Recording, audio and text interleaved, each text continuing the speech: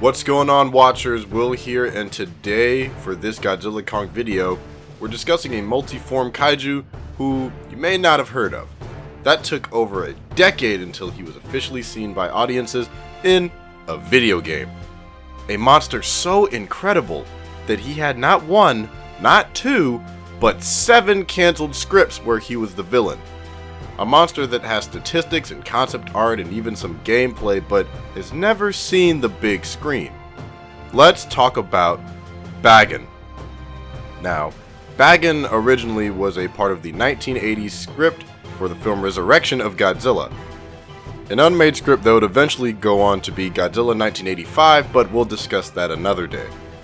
Bagan started off as an ancient shape-shifting god who took on many forms, starting with a sacred monkey beast, then a sacred dragon beast, and ending with a sacred water beast, where he fought on land, air, and in the sea.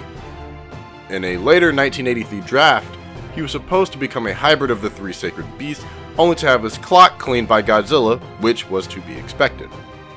Bagan had a second chance to be the main villain in Mothra vs. Bagan, where he was released from a frozen tomb in the Himalayas due to climate change, and again would have been ultimately defeated by Mothra and their recently hatched offspring.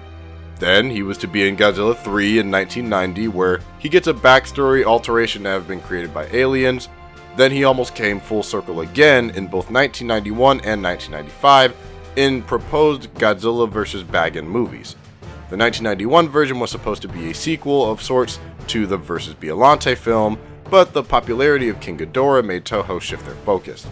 And in the 1995 one, that was more so a possible plan during the production of vs. Destoroyah.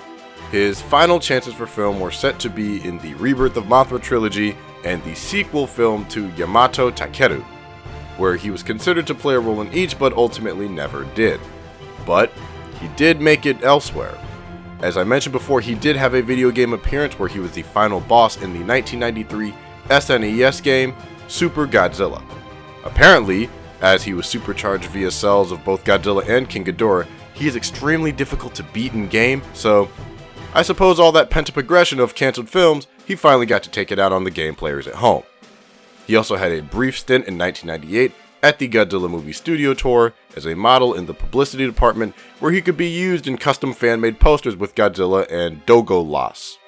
Also, if you were curious, he did have powers outside of shapeshifting. He had fire, lightning, energy, and water-based attacks. He could swim, fly, take giant leaps in a single bound, had extendable horns, extreme durability, and some sort of healing factor.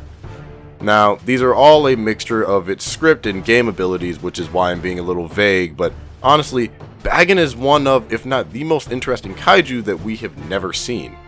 I think he's really cool and would love to see him make an appearance on the big screen, but tell me what you think about the poor abandoned Bagan in the comments down below. Would you ever want to see him?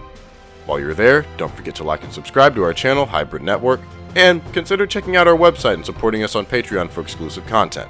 I'm Will, and I'll see you next time.